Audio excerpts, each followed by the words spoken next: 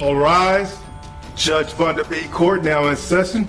Judge, this is case number JVB 1003, Carrera versus Carrera. Thank you. You all may be seated. Okay, Mr. Carrera, Yes. you brought this case before the court. What's going on? Yes. So I brought this case before you because I'm currently paying for extracurricular activities for our daughter. Okay. And it's a little bit more money than I thought it was going to be. So I would like my wife, Sheila, to reimburse me for it. Okay. So you guys are separated? Yes. Okay. What type of extracurricular activities is the child involved? So our daughter is very big into sports. Okay. So she plays soccer, and it's just like the cost of cleats, the cost of like gloves, because she plays goalie. It's just a lot of upkeep for me, and she makes more money than I do, so I kind of want help with it. The judge listens intently as Mr. Carrillo presents his case with frustration and determination. He explains that he has been solely covering the costs of his daughter's extracurricular activities, soccer cleats, gloves, tournament fees, and more. With Sheila earning significantly more than he does, he believes it's only fair that she contributes financially. Wasting no time, the judge dives into the details, questioning the specifics of their separation and their daughter's activities. Mr. Carrillo stresses that while he is fully committed to supporting his child, the mounting expenses are becoming difficult to handle alone. He argues that shared financial responsibility should go beyond basic child support. It should also include the costs of activities that enrich their daughter's life. With emotions running high, the judge prepares to lay down a ruling that will set clear financial expectations. The tension in the courtroom is palpable. This case is far from over. I see here, ma'am, from the tax returns that you make about $100,000 a year. Yes, ma'am. Okay. Child support was not previously ordered. Yes. Okay. So are you guys in agreement to do that? Or you don't want to pay child support? What's going on? I don't think it's necessary. We split her 50-50. She's at my house just as much. She's with me just as much, if not more. Your Honor, I would say that's probably an argument for her to pay me. If we're splitting 50-50, I shouldn't have to pay all of it. That's exactly what I was getting ready to say. So you kind of like told on yourself. So you ready to move forward with the numbers? Sure.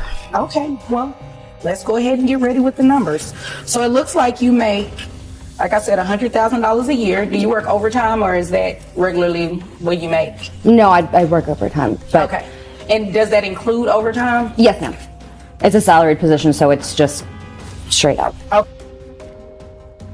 Mr. Carrillo presents his case, emphasizing that his daughter's involvement in sports comes with significant costs: cleats, gloves, tournament fees, and other essential equipment.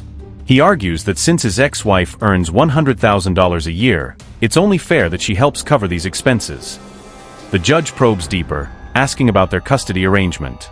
Mr. Carrillo reveals they share custody 50-50, which ironically strengthens his case for shared financial responsibility. He highlights that his ex-wife's higher income puts her in a better position to contribute, making it unfair for him to shoulder these costs alone. As the tension in the courtroom rises, the judge prepares to crunch the numbers. With fairness and financial responsibility on the line, everyone waits to see how the ruling will unfold. This case is about to take a decisive turn. All right. So at $100,000 a year, I have your gross at $10,000 a month. Before I continue, who pays health insurance? We both do. We both. Okay, how much do you pay?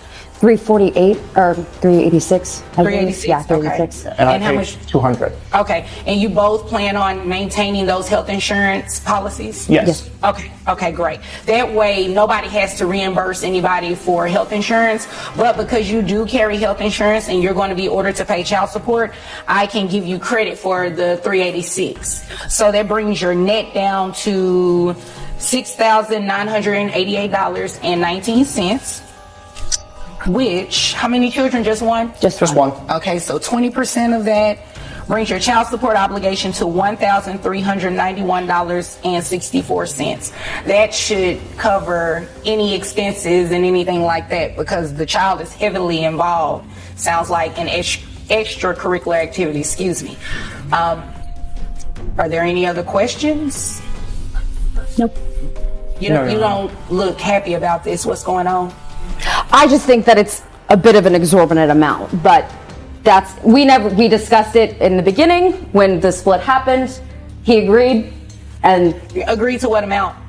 none. Oh, you're saying child support, but you do understand that as the child gets older and heavily involved in Yes. different activities. I wasn't done. Oh, Involved heavily in different activities, you understand that expenses increase. yes, ma'am. Okay, and the amount of child support is based on how much money you make. Child support is based on a simple calculation. So you make $100,000 a year, that's what your child support is. I mean, if you want it to be lower, you chose the profession. Yeah. Okay, so if there's nothing further, you all are dismissed. The judge wastes no time in delivering a clear and calculated ruling. Factoring in Mr. Carrillo's overtime, she determines his total income at $100,000 per year. After accounting for health insurance, his net income is set at $6,988.19 per month. With one child, she orders him to pay $1,391.64 in monthly child support, explaining that this amount should cover extracurricular expenses given his daughter's active lifestyle. She also makes it clear that Mr. Carrillo's 50-50 custody arrangement does not exempt him from financial responsibility. Looking frustrated, he argues that the amount is excessive, but the judge shuts him down, reminding him that child support is based on income, not personal preference. Before wrapping up, the judge explains that in Texas, child support can be modified if there is a substantial change in circumstances, like rising extracurricular costs. She leaves a final reminder: parenting is about prioritizing the child's needs, no matter how inconvenient it may seem. I just want to go over what you all witnessed in the case of Carrera versus Carrera.